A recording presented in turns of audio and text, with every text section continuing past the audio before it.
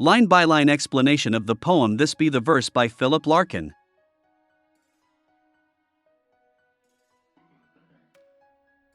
Line 1. They fuck you up, your mom and dad.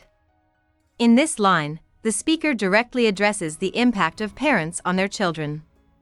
The crude word fuck is used to emphasize how deeply parents can harm their children, whether intentionally or not.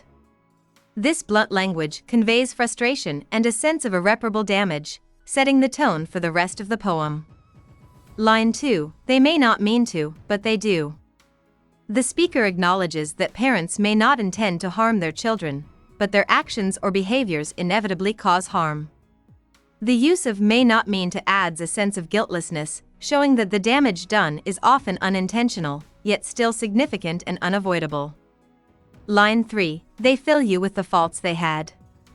Here, the poet explains how children inherit their parents' flaws and emotional baggage. These faults could be anything from personal insecurities to bad habits or unhealthy ways of thinking. The implication is that the mistakes and imperfections of one generation are passed down to the next, creating a chain of inherited dysfunction. Line 4. And add some extra, just for you. In addition to the faults inherited from their parents, children also receive additional burdens unique to them.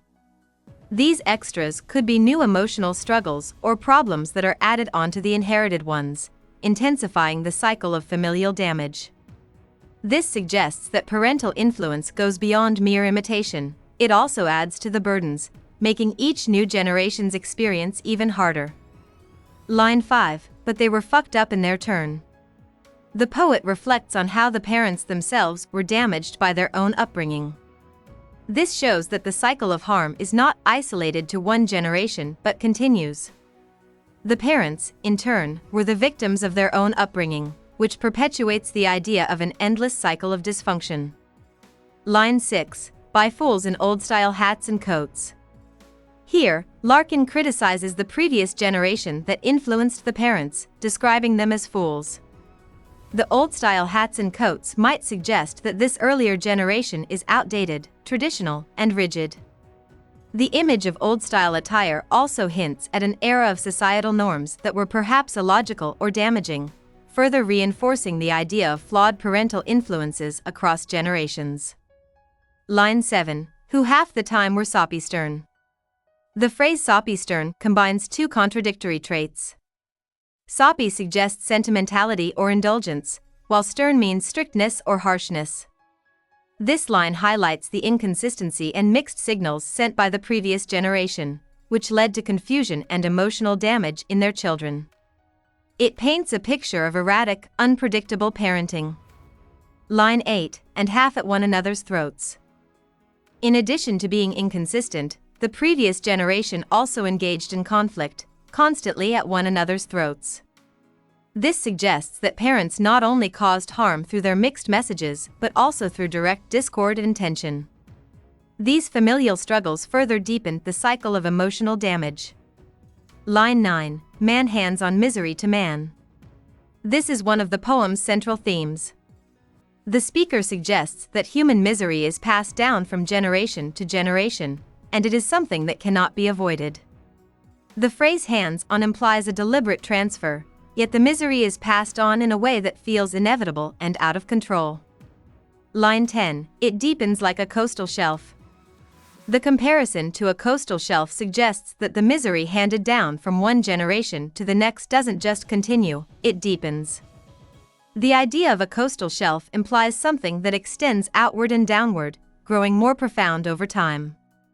It symbolizes how emotional suffering and generational damage accumulate, becoming more entrenched as it is passed down. Line 11. Get out as early as you can. The speaker offers a piece of advice: to escape the cycle of misery as soon as possible. This can be interpreted as an urge to break free from the family and its dysfunction, or perhaps to avoid entering a situation where one becomes entangled in the same cycle of harm. Line 12. And don't have any kids yourself.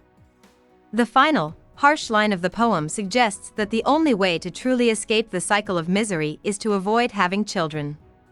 The speaker's recommendation not to have kids reflects a cynical view of family life, where perpetuating the generational trauma seems inescapable.